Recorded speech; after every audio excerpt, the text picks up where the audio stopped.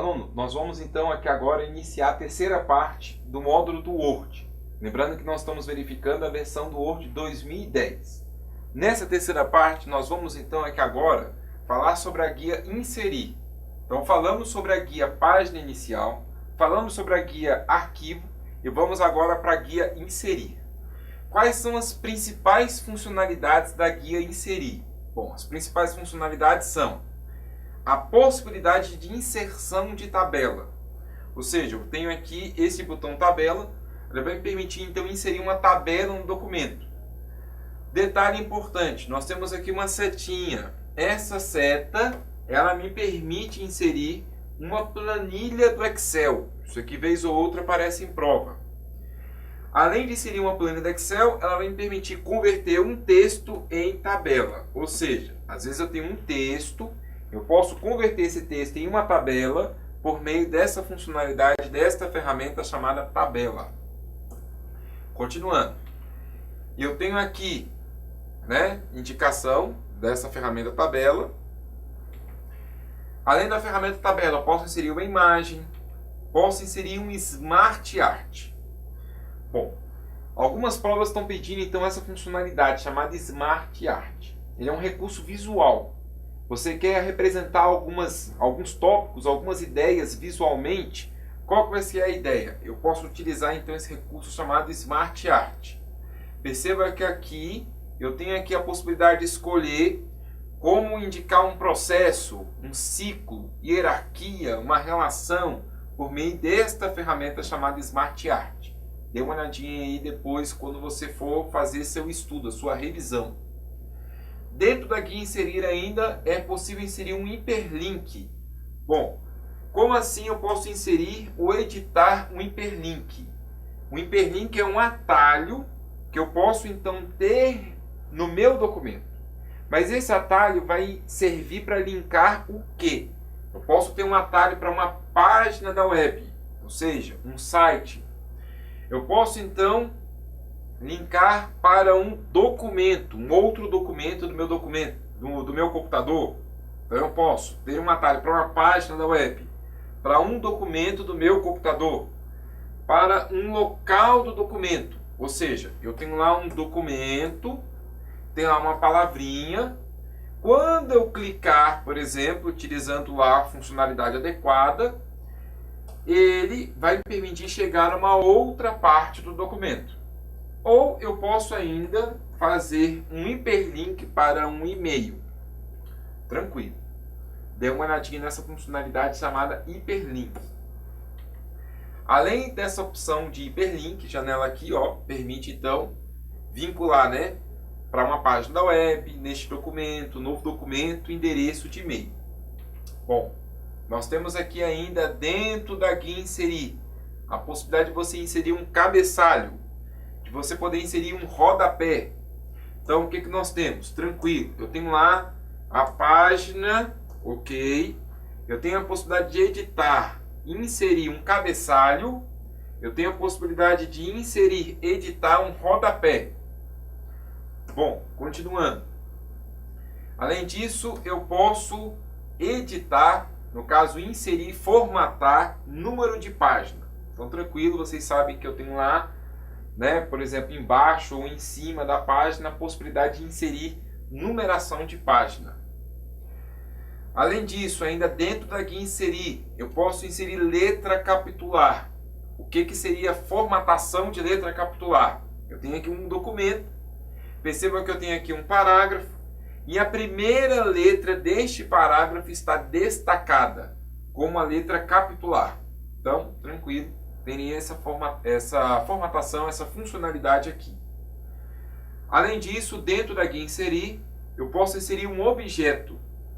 Bom, vamos lá. Esta funcionalidade objeto me permite inserir a apresentação, um documento, um gráfico, uma equação, uma planilha, um som, um videoclipe.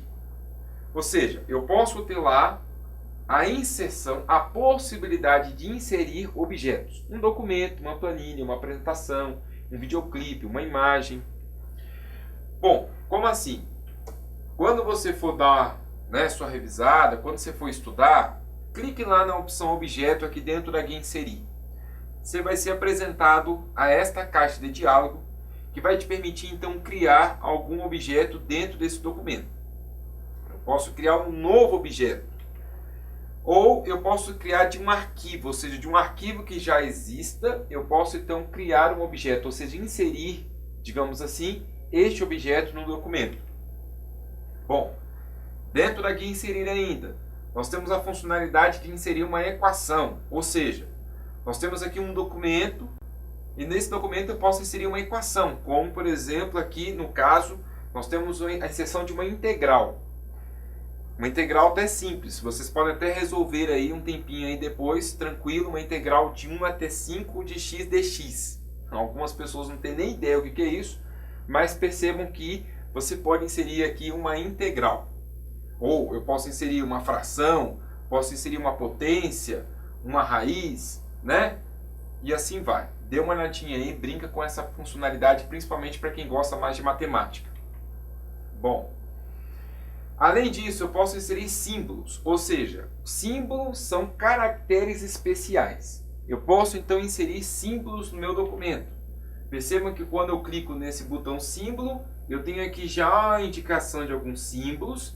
Quando eu clico nesta opção de mais símbolos, eu tenho a possibilidade, por meio dessa caixa de diálogo, de inserir caracteres especiais. Vocês podem visualizar ali alguns desses caracteres. Tranquilo. Bom, seguindo com o nosso estudo aqui do Word 2010, agora já em uma outra guia, que é a guia layout da página. Nessa guia layout da página, o que nós vamos ter? Nós vamos ter aqui a possibilidade, dentro do grupo configurar página, de você definir as margens do documento. A possibilidade de você definir a orientação. Então, por exemplo, o que você tem aqui de orientação?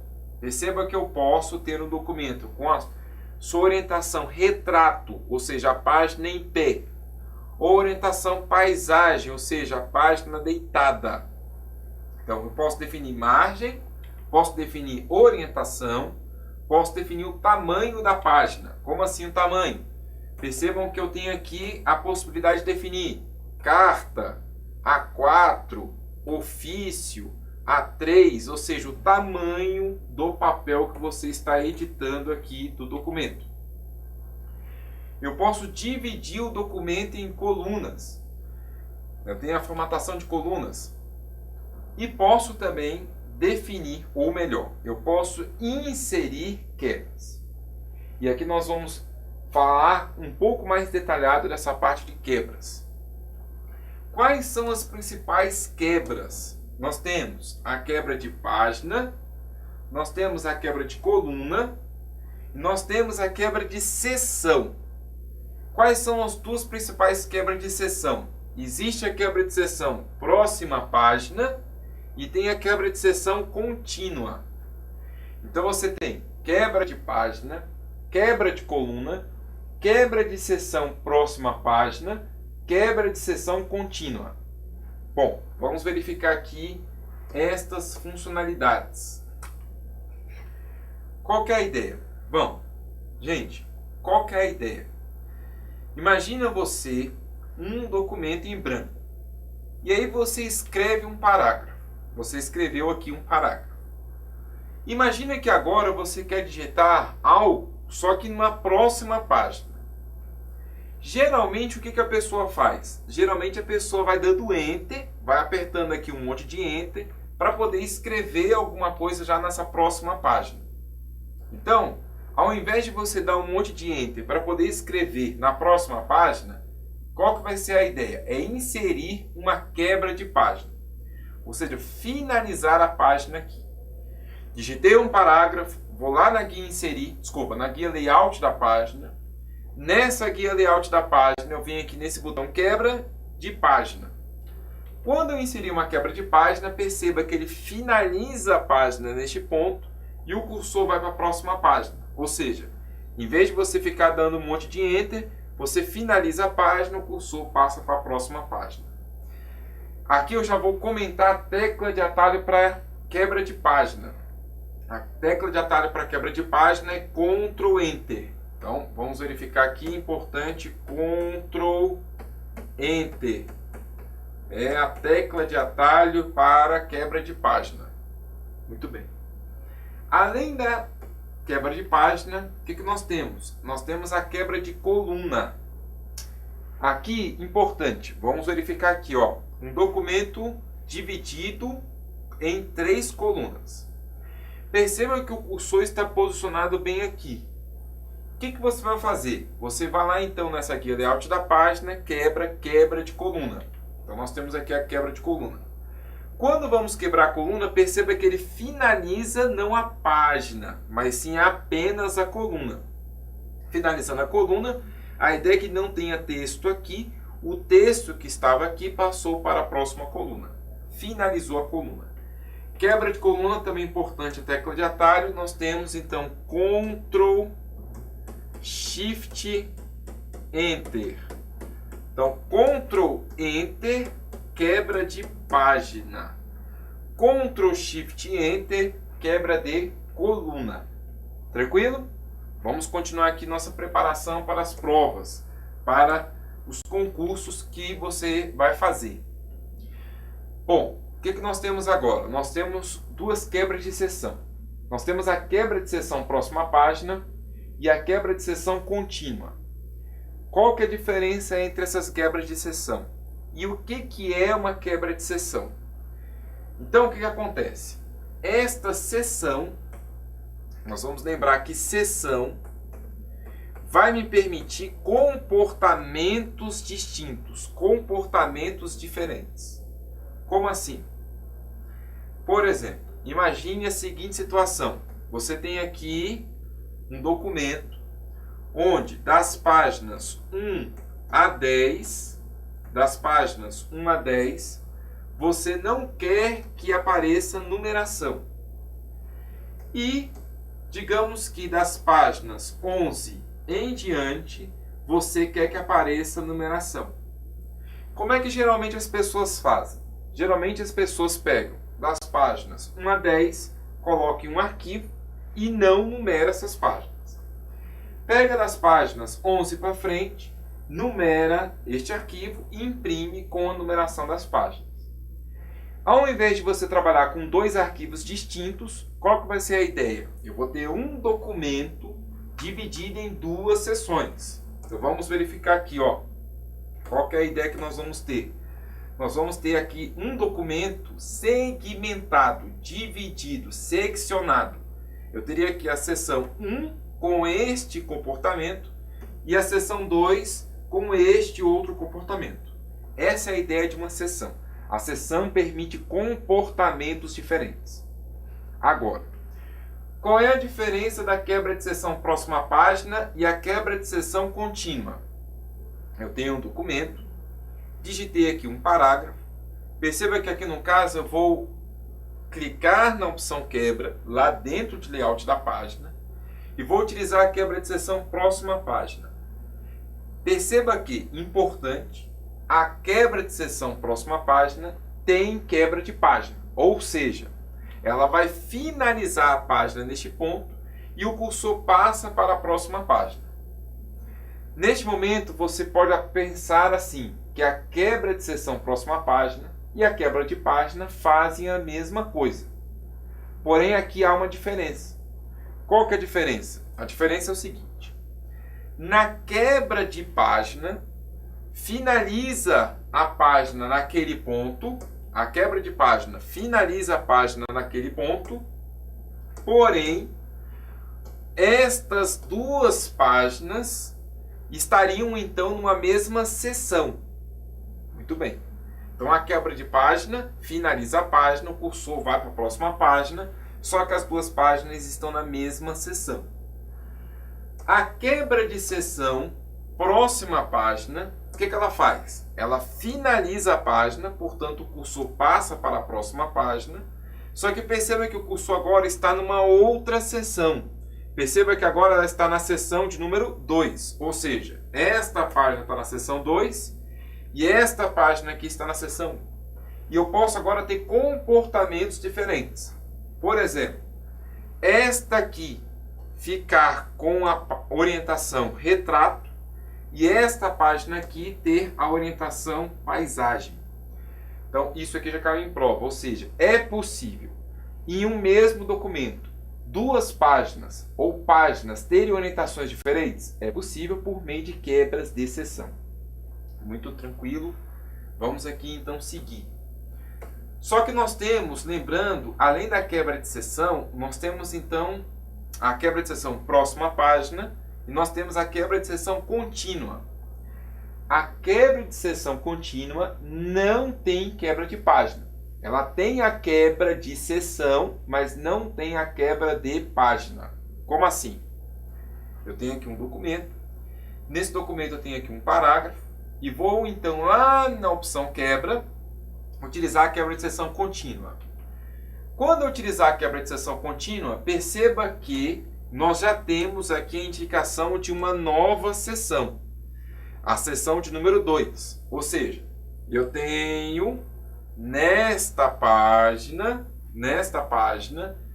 a seção de número 1 e esta aqui a seção de número 2. Tranquilo, assim, eu tenho duas seções na mesma página, possível de ser feita, de ser realizada por meio da quebra de seção contínua. Muito bem. Qual que é o detalhe? O detalhe é o seguinte. Nós temos aqui então a possibilidade de dois parágrafos na mesma página em seções distintas. E daí? E daí é o seguinte. Existe aqui uma outra funcionalidade já indicada aqui, chamada números de linha. O que ela me permite fazer? Numerar as linhas de um parágrafo. Vocês já fizeram provas onde nós temos um texto e nós temos as linhas indicadas.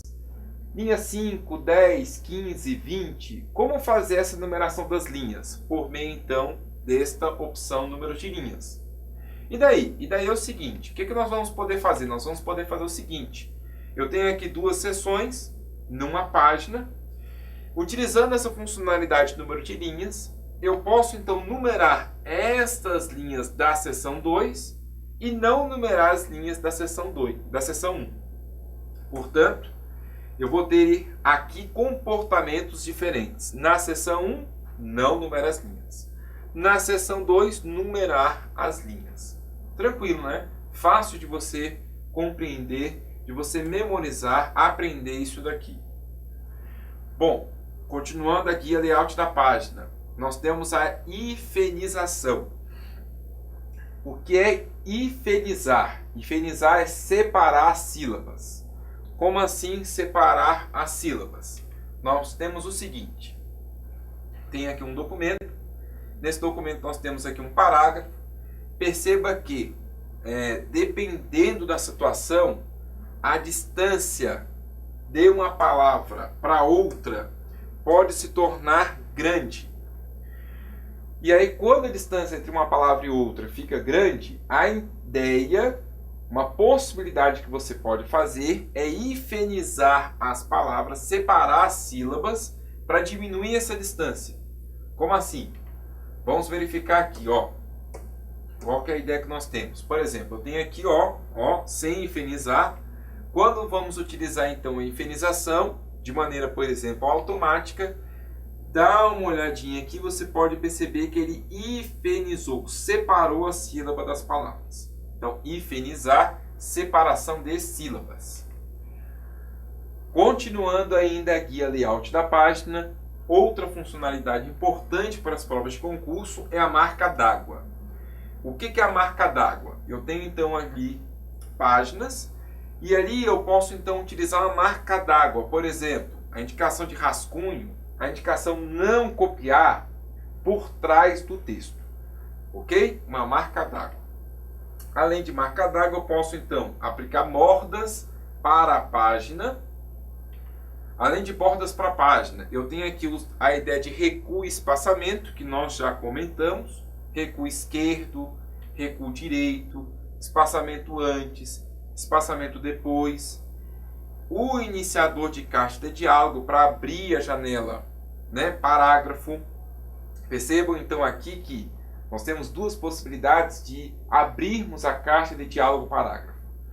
Temos lá a guia página inicial e temos esta guia chamada layout da página. Bom, continuando. Nós temos aqui ainda dentro da guia layout da página essa funcionalidade chamada posição.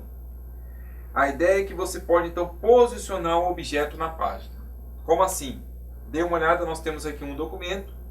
Perceba que nós temos aqui uma figura e a ideia é posicionar essa figura na página. Como assim? Eu posso então escolher para que ela seja posicionada nessa parte superior esquerda, nessa parte superior direita, né? Ou seja, posso fazer o posicionamento do objeto em relação à página.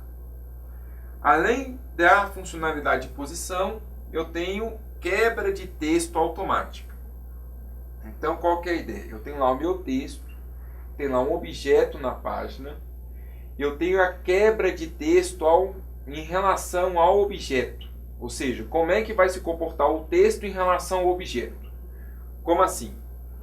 Então, permite alterar a forma como o texto será disposto, posicionado com relação ao objeto selecionado.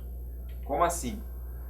Nós temos aqui então essa funcionalidade chamada quebra de texto automática. Perceba que esta imagem está selecionada.